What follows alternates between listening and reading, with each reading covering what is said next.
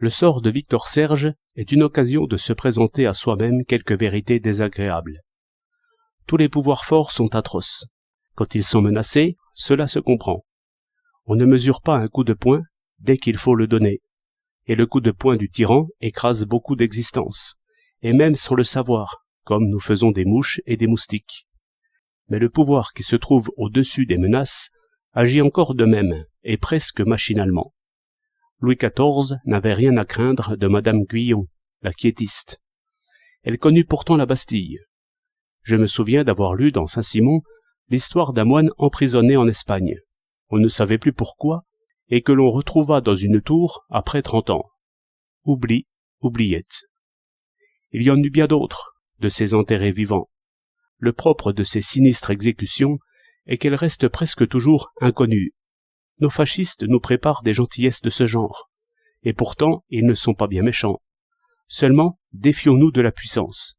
L'homme qui joue du revolver n'est pas plus méchant que l'homme qui lance son poing nu, mais il peut davantage.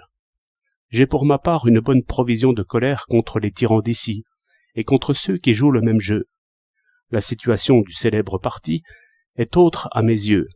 Je ne puis oublier qu'il a abattu une des plus laides tyrannies, et je vois bien comment les moyens de Lénine s'accordaient peu à sa bonté naturelle.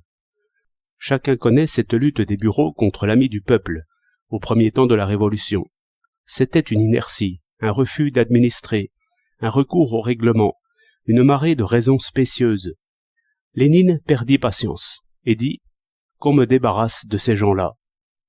Et puis il n'y pensa plus. Il n'y pensa plus parce qu'il n'existait plus. Un dévoué subalterne, et très peu patient, avait nettoyé le terrain. On comprend assez la difficulté de gouverner dans les crises. Mais, dans le cas présent, il y a autre chose à comprendre. Exactement ce mécanisme d'exécution, aveugle, impitoyable, et dont les ressorts sont mal connus. Pendant la guerre, je vis un camarade en grand péril, à la suite d'un geste vif. Ce sont des choses que les tribunaux civils, dans la paix, ne punissent même pas d'1 jour de prison. Mais il s'agissait de militaires. Le pouvoir offensé n'était ni méchant ni effrayé, mais la mécanique judiciaire, installée un peu au-delà des obus, était redoutable par sa fonction. Si on lui avait passé l'homme avec son dossier, il n'y avait plus de pitié, ni même de réelle connaissance. Ici, ce n'était plus l'ombrageux pouvoir, mais seulement le métier de punir, séparé de toute autre action. Or, l'on trouvait des rôles divisés, une responsabilité émiettée, bon nombre de Ponce Pilate, des hommes qui s'étaient jurés d'être impitoyables, d'autres qui voulaient se rendre nécessaires, des enthousiastes, des colériques, des poltrons, et peut-être quelques méchants. La punition aurait été appliquée bureaucratiquement. Par bonheur, nos chefs immédiats avaient du loisir. Le dossier fut brûlé. Dans la suite, je connus une autre histoire, de ressort encore plus simple. Un dossier revenait au corps après une longue enquête. Il s'agissait d'une suite de faits assez graves, se rapportant à des temps de permission, et qui, par l'accumulation, pouvaient aller à une conclusion tragique. Or, un simple sous-officier, feuilletant ce dossier terrible, peut-être par esprit de simplification ou par ennui, mit tous ses papiers dans le poêle, et il n'en fut rien.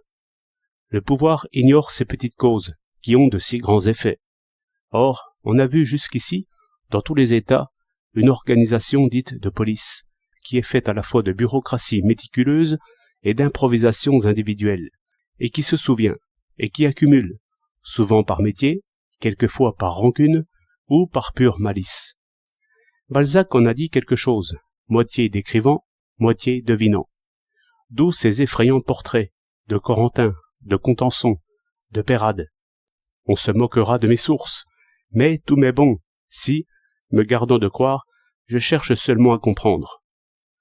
La Révolution prit la police de Louis XVI comme elle était, et Louis XVIII en recueillit encore quelque chose, se servant avec indifférence d'hommes qui n'avaient jamais fait que trahir. Cela fait scandale, parce que l'on rend les choses explicites. Dans le fait, il n'y a point de scandale. Comme on voit que les huissiers et les directeurs servent fidèlement, si l'on peut dire, tel ministre après tel autre. Et le fameux Samson, après avoir tué très légalement les ennemis de Louis XVI, exécuta ce roi lui-même, sur ordre dûment signé, et aurait traité de même Napoléon, le cas échéant. C'est que l'affaire de Samson était de compter les signatures, de vérifier les cachets et de faire marcher sa machine. Et je n'ai même pas besoin de supposer qu'il y trouvait du plaisir. La plupart des fonctionnaires d'exécution sont des hommes ennuyés. C'est par là souvent qu'ils sont redoutables. Je propose cette question à l'analyse des théoriciens politiques.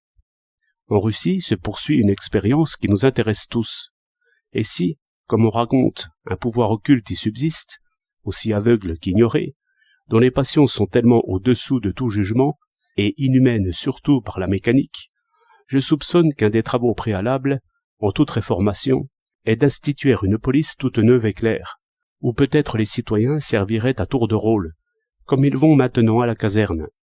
Car si l'on doit conclure, et sans fin, que tous les gouvernements, tyrans ou contre-tyrans, se ressemblent par le dessous, je vois là une énorme objection que l'ami de la justice se fait à lui-même, et la plus efficace des propagandes en faveur de la misanthropie politique, qui est fascisme.